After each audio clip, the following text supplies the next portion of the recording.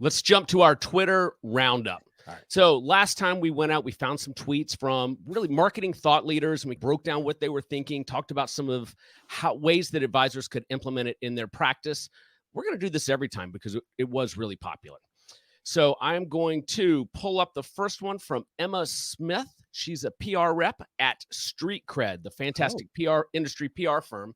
And this really wasn't so much of her thought leadership as something she posted about from Future Proof.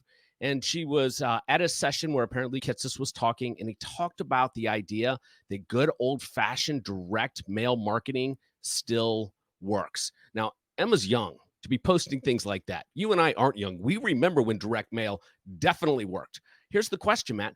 Does it still work today? Everything old is new again, brother. We've been around this sun enough times.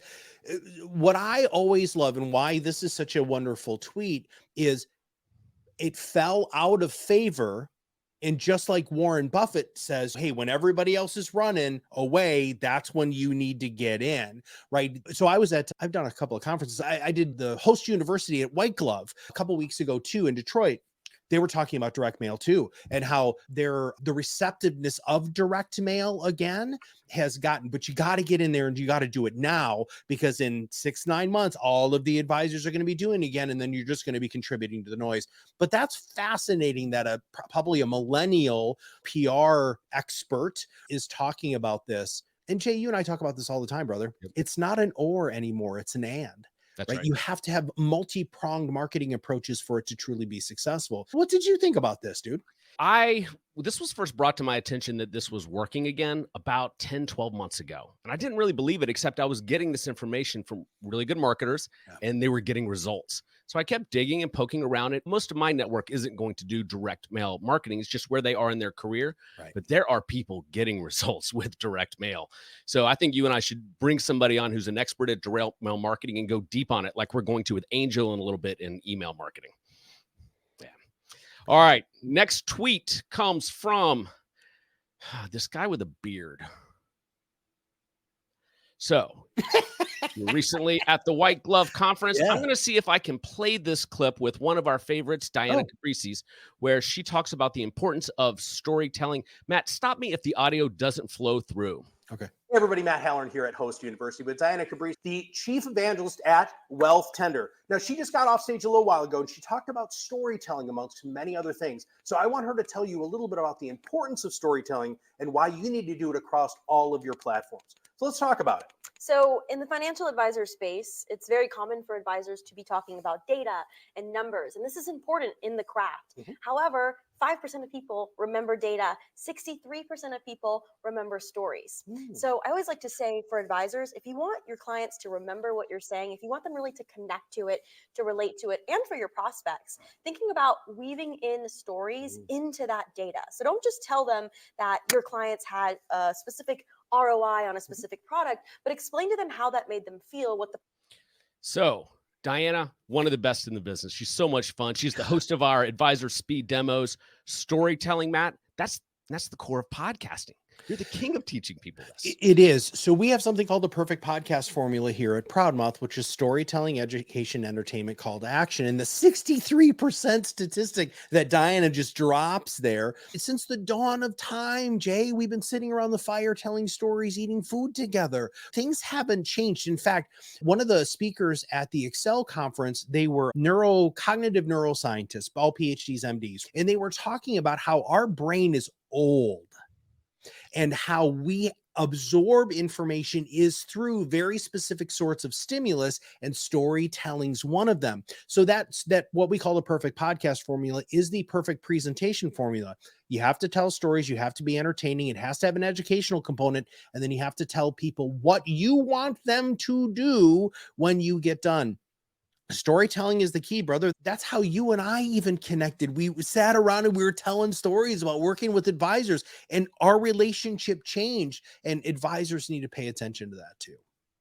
Yeah, I've told this story on your podcast, the Top Advisor Marketing Podcast, but your partner, Kirk, sat me down after I spoke at a conference, and he said, Coulter, everything's all messed up with what you do.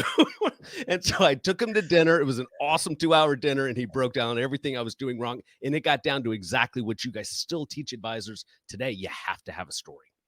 Yeah. All right. Our next tweet comes from Emily Bender. She was on last time as well. One of the best marketers in the business. I really like this vertical clip that she produced, which, by the way, if you're marketing and not doing vertical clips, you're missing out. If you yourself don't really know a lot about marketing and you're thinking, I can do this, like I could throw up my own Google ads, I could hire a consultant for these things. If you don't have somebody internally really managing and quarterbacking that, it's going to be problematic and oftentimes good money after bad. What I've seen is people stacking tools and resources and thinking they're saving money, but ultimately it's more expensive. Because if you don't have that quarterback throwing the spiral, the team's like running around the field, but we don't even have a playbook. Not even a playbook, somebody to quarterback it. Matt, how many times has somebody said, yeah, you know what? I would like to grow my business, but they don't have a plan and they don't have somebody to execute on it. What's your take? Yeah. So first off, I've said this to her face. I want to be her when I grow up. She is one of the most dynamic, one of the most intelligent people who I've met in many years. In how her brain works is fantastic. And this is a perfect example of it, Jay. First off, the cost of client acquisition is the actual part of the tweet, right? Which is fantastic. But Dan Sullivan has talked about this really for like about the past 5 years. He has this whole philosophy, which is who, not how. Right? Here's the deal. Everybody who's watching this, all of your clients, all of our clients, they could do all of it themselves. They're smart, right? They're smart people. But just because you're smart in one category doesn't mean you're going to be smart in other categories. Or you can be smart in the other categories, but that doesn't mean that you're good. I know how to throw a football, Jay. I do. Can't throw it as well. By the way, it was University of Michigan. She played there, which made me very happy. But the other thing too, about this whole idea is you have to have a plan. Well, when I was a practice management coach, one of the first things that we created was planners don't have plans. But you can't just have a plan for your financial planning practice. You have to have a plan for growth. You have to have a plan for communication. You have to plan for marketing. You have to have a plan for prospecting. You have to have a plan for your brand. You have to have a plan for your trading and all of that stuff. You have to have all of these plans. And the more definitive and specific you are about those plans, the more successful you're going to be. Yeah. And just two follow-on comments. Number one, the advisor or firm has to have somebody to execute it. Yeah. You can't give it to the intern. You can't give it to the 23-year-old you just hired because they're on TikTok. It doesn't work that way. You have to have somebody to execute. And the second, did you notice the quality of video that Emily put out here? It had B-roll in there with the quarterback going down the field. It's got her logo in the upper left-hand corner. It's not just a hack cut that's put out on social media. And we're experiencing this with the media business, significantly more reach when you take time to put quality content into the market. Everything, even look how she did her subtitles, right? Even the subtitles, you were able to follow along. And by the way, if you have subtitles, people will read them and focus on the words as much as they focus on your face and what you have going on. So yeah, one tool we've been playing around with at our firm is Descript, which does a really good job of helping do it. Yep. All right. Our last tweet comes from Stephanie Bogan. So I've never met Stephanie. I've seen her speak at a conference before. We've exchanged messages on Twitter. When advisors call me and they're looking for a coach and they want to see if my program would be a good fit, I tell them in the very beginning, chances are I'm not going to be a good fit, but we'll find the right home for you because you're not going to get results unless it's the right home. And Stephanie is somebody that I've been referring people to for years. She didn't even know it. And the reason is she's an advisor first coach, and she truly cares about the financial advisor and not just building her program. This tweet I thought was interesting. Matt, I'm going to read it. Really great marketing is about communicating this in as clear, concise, and compelling way as possible. I see you, I hear you, I understand you. Because if you do that right, the brain naturally tends to fill in, and I can help you.